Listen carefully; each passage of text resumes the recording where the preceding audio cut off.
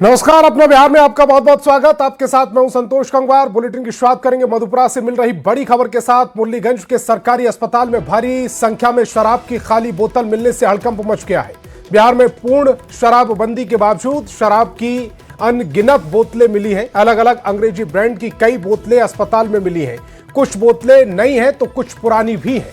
कुछ बोतलों पर धूल बैठ गई है, जिससे यह अंदाजा लगाया जा रहा है कि कोई शख्स लंबे समय से अस्पताल में शराब पी रहा है और बोतलों को अलमारी के ऊपर छिपा दे रहा है।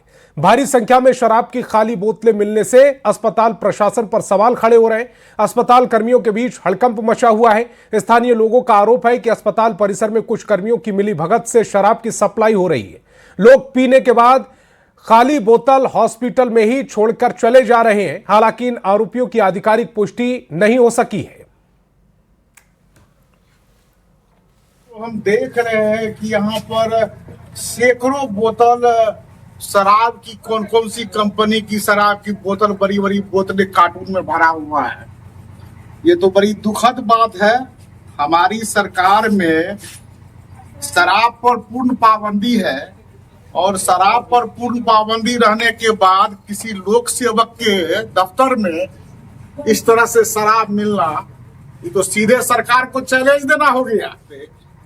सर, आपको क्या लग रहा है यहाँ पे जो बोतलें आई है, तो ये सब क्या लग रहा है आपको? कैसे कहा जाए, पूरा तो तो देखना होगा। और दरभंगा से बड़ी खबर है, जहां सोमवार को हुए पथराव मामले में पुलिस ने 17 लोगों को गिरफ्तार किया है। मामला अलीनगर थाना इलाके के जयंतीपुर ताती टोल की है, जहां सोमवार की शाम दो समुदायों के बीच जमकर पत्थरबाजी हो गई। पथराव की तस्वीर भी सामने आई है। मामले में पुलिस ने तुरंत कार्रवाई करते हुए 17 लोगों को गिरफ्तार किया है। फिलहाल गांव में शांति बहाल है। मामले को लेकर पुलिस का कहना है कि घटना किसी भी तरह से प्रतिमा विसर्जन से जुड़ी नहीं है, बल्कि विवाद तो बाइक की तेज आवाज को लेकर हुआ। पुलिस के मुताबिक गुलजार नाम का युवक अपनी बाइक में तेज आवाज वाला साइलेंसर लगाकर ताती टोल के एक दरवाजे के पास खड़ा था, जहां बच्चे खेल रहे थे। युवक के बार बार तेज एक्सीलरेटर देने से बच्चे डर गए। जब लोगों ने युवक को समझाने की कोशिश की तो बात बढ़ गई और मामला पत्थरबाजी तक पहुंच गया। हालांकि पुलिस ने मौके पर पहुंचकर हालात को संभाला है।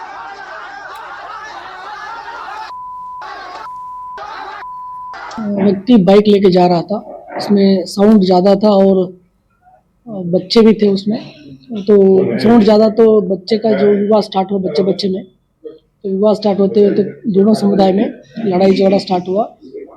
और उसके बाद सूचना थानाध्यक्ष को मिला। थानाध्यक्ष और एसडीपीओ बेनीपुर पहुंचे और वहाँ पे इसके में जो जनप्रतिनिधि को बुला के शांति बहाल किया गया। और उसके सूचना के आधार पर लोगों को आइडेंटिफाई करके टोटल अभी 17 लोगों को गिरफ्तार हुआ। और जहानाबाद की बेटी संवेदना की मौत मामले में एक बार फिर जांच जारी है, तो दूसरी ओर आज प्रदेश की डिप्टी सीएम विजय सिन्हा पीड़ित परिवार से मिलने पहुंचे। इस दौरान डिप्टी सीएम को देख संवेदना की मां फूट फूट कर रोने लगी। विजय सिन्हा ने उनका ढांढस बंधाया है और दोषियों पर सख्त कार्रवाई का भरोसा भी दिया। उप मुख्यमंत्री ने कहा कि दोषियों को बख्शा नहीं जाएगा। डीजीपी खुद मामले की मॉनिटरिंग कर रहे हैं। परिजनों की ओर से सीबीआई जांच की मांग को किए जाने के सवाल पर विजय सिन्हा ने कहा कि एसआईटी सही दिशा में जांच कर रही है। डीजीपी के नेतृत्व में ये जांच कमेटी चल रही है और हर बिंदु पर पूरी जांच की जा रही है। और मैं ये भी बता दूं कि हमने पूरी तरह से स्पष्ट तौर पर डीजीपी साहब से हमने बात भी किया। और छपरा से बड़ी खबर है, युवक की गोली मारकर हत्या कर दी गई। नगर थाने के शक्ति नगर की ये पूरी घटना। मृतक विकास तिवारी था, इंजीनियर का छात्र। घर के पास ही अज्ञात अपराधियों ने गोलीकांड को अंजाम दिया है। मौके पर पुलिस पहुंची और छानबीन में जुट गई है। छपरा से बड़ी खबर है, युवक की गोली मारकर हत्या की गई है। शक्ति नगर की ये पूरी घटना है। मृतक विकास तिवारी उसका नाम, इंजीनियरिंग का छात्र था। घर के पास ही अज्ञात अपराधियों ने गोलीकांड को अंजाम दिया। मौके पर पुलिस पहुंच चुकी है, छानबीन में जुट गई है। ये प्रथम दृष्टया जहाँ तक हमको जानकारी है कि पटना से आ रहे थे, कचहरी उतरे हैं और कचहरी से उतर के वो शॉर्टकट रास्ता है शक्तिनगर आने के लिए, वही पकड़ के आ रहे थे। क्या घटना हुई है? घटना अब छिनेती के क्रम में गोली वोली चला दिया है, पीछे से गोली लगा हुआ है। हम लोग को तो बेहोशी की हालत में पता चला, मोहल्ला में हल्ला हुआ कि बेहोश है। सब लोग आया, दौड़ के हॉस्पिटल लेके आया, लेकिन यहाँ आने में पता चला कि ना गोली लगा है। खबर भागलपुर से, जहां 9 साल पहले मर चुकी महिला के नाम पर फर्जी शपथ पत्र बनाकर जमीन दाखिल खारिज कराने का खुलासा करने वाला शख्स डर के साए में जी रहा है। मामले को उजागर करने वाले मोहम्मद इमामुद्दीन को जान का खतरा बताया जा रहा है। इसने सिटी एसपी से सुरक्षा की गुहार लगाई है। 5 जनवरी को जब डिप्टी सीएम विजय कुमार सिन्हा भागलपुर पहुंचे थे, तब जनसंवाद कार्यक्रम के दौरान यह मामला सामने आया। विजय सिन्हा ने डीएम और मुख्य सचिव को इस पर त्वरित कार्रवाई करने का निर्देश दिया, जिसे लेकर जगदीशपुर थाने में सीओ की ओर से मामला भी दर्ज कराया गया था। लेकिन 3 हफ्ते बाद भी अभी तक पुलिस की ओर से कोई कार्रवाई नहीं की गई। वहीं मामले का खुलासा करने वाले शख्स को उल्टे जान का खतरा सता रहा है। जनवरी को 4 जनवरी को मामले में एफआईआर दर्ज की गई है, लेकिन उसके बाद पुलिस ने अभी तक किसी की भी गिरफ्तारी नहीं की है और ना ही किसी गिरोह का जो है तो पर्दाफाश हुआ है। अब सबसे बड़ा डर लग रहा है, बहुत डर है, काफी डर है, क्योंकि इसमें उद्भेदक खामियां और करोड़ों रुपया की संपत्ति जो है तो इसमें उजागर होगी अगर पुलिस जांच करेगी। तो चूंकि ये एक मामला नहीं है, भूमाफिया ने कई सारा ऐसा मामला किया होगा। कोई भी पदाधिकारी यहाँ से चले गए हों या सेवानिवृत्त हो गए हों, वो जिम्मेवारी से नहीं बच सकते। उनकी जवाबदेही और जिम्मेवारी तय की जाएगी। और अब आपको नवादा से एक ऐसी खबर दिखाने जा रहे हैं जो काफी हैरान करने वाली है। लोगों के सिर पर रील्स का बुखार ऐसा चढ़ा है कि ना तो वो अपनी जान की परवाह कर रहे हैं और ना ही दूसरों की जान की कीमत समझ रहे हैं। लहरिया कट बाइक राइडिंग का यह वीडियो सामने आया, जिसमें आप देख सकते हैं यह शख्स किस तरह सड़क पर लापरवाही कर बाइक चला रहा है, खतरनाक स्टंट कर रहा है। पुलिस ने इस शख्स को पकड़ लिया है, जिसकी पहचान जवाहर नगर इलाके के रहने वाले त्रिलोकी सिंह के बेटे कन्हैया कुमार के रूप में की गई। पुलिस ने 8,000 रुपए का चालान काटा है। वीडियो वायरल होने के बाद यातायात पुलिस ने एक्शन लिया और सड़क पर हीरोगिरी दिखा रहे कन्हैया को धर दबोचा। चालान काटने के बाद पुलिस इसे चेतावनी देकर छोड़ दी है। आइंदा ऐसी हरकत ना करने की भी सख्त हिदायत दी गई, जिससे किसी की जान खतरे में ना पड़े।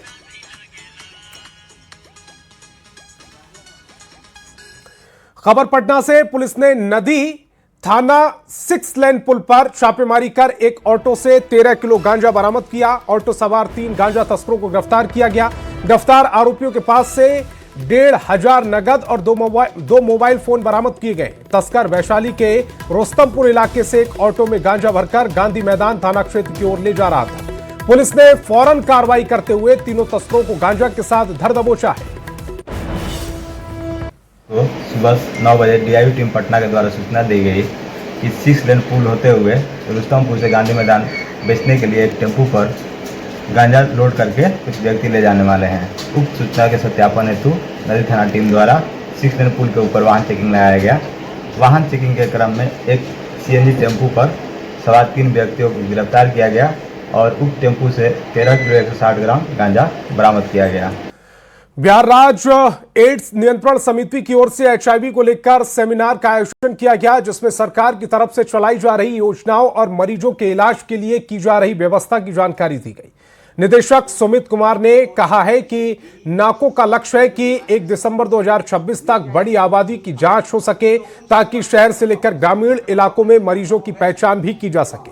बिहार में फिलहाल कुल 1,54,996 मरीज एचआईवी पॉजिटिव हैं, जिसमें कुल 1,06,000 मरीज अभी इलाजरत हैं।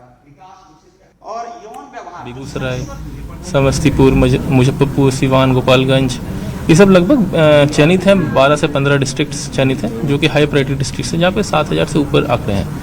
और अभी टोटल जो ट्रीटमेंट पे लोग हैं, वो मतलब जहाँ पे लग रहा है कि अच्छे से उनका जो 3 स्टेज बताया है जो है ना, वो जो है वो हम लोग लगभग 1,06,000 है टोटल, और लगभग हम लोग 98,000 उसका समथिंग आगे फिगर्स है, लगभग 99,000 के आसपास हम लोग उन्हें ट्रीटमेंट दे रहे हैं।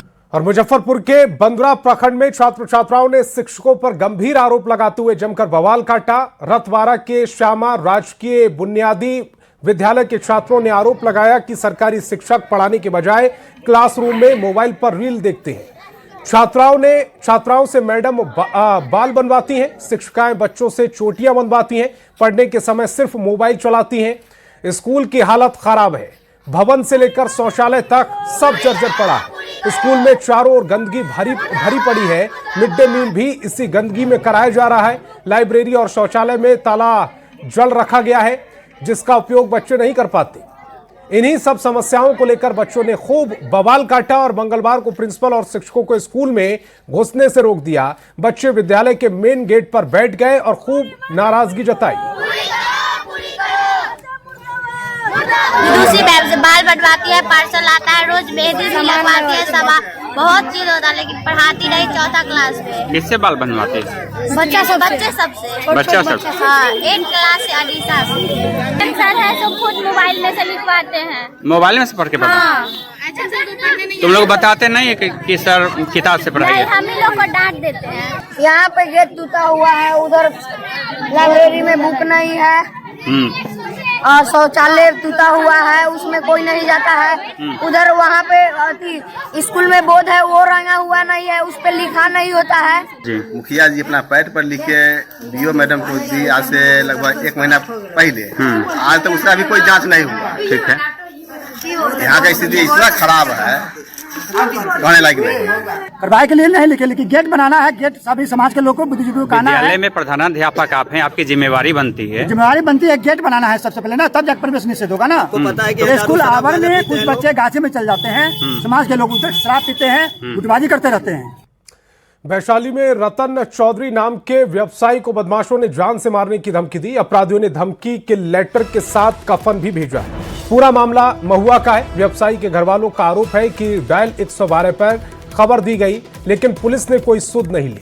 उल्टा महिला पुलिसकर्मियों ने उन्हें ही सुना दिया, जबकि रतन चौधरी को पहले भी 4 बार धमकी मिल चुकी है। बड़ी बात है कि रतन चौधरी ने एहतियातन अपने घर पर सीसीटीवी लगवाया, लेकिन बदमाश इतने शातिर हैं कि उन्होंने रतन चौधरी के भाई के घर पर कफन भेजा। अब पीड़ित परिवार पुलिस से मदद की गुहार लगा रहा है। उनके घर पे क्या कहते हैं, कफन के साथ लेटर गिराया है, धमकी भरा जान से मार देने के लिए। अच्छा। और इससे पहले भी 3 बार आ चुका है।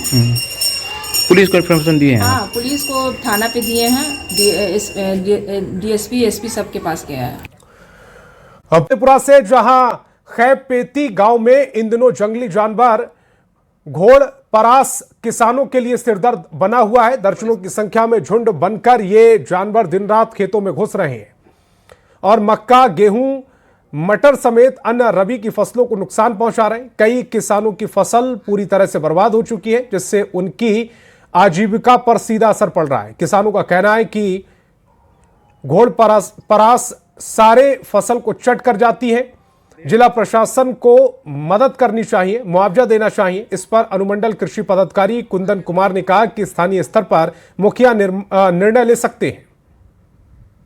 यहाँ जो फसल लगाते हैं, दौड़ते रहते हैं, वो उसको आता है, अगर रात को बैठे रहेंगे खेत में, आता है, खा जाता है। यहाँ भी कुछ को नहीं रखता है, तो देखते हैं चढ़ गया है। जी, ये घोड़परास जो है सो जो संज्ञान में आया है, फसल को डैमेज कर रहा है और उसमें संबंधित विभाग के द्वारा वहाँ के जो मुखिया जी है, संबंधित पंचायत के मुखिया जी को प्राधिकृत कर दिया गया है।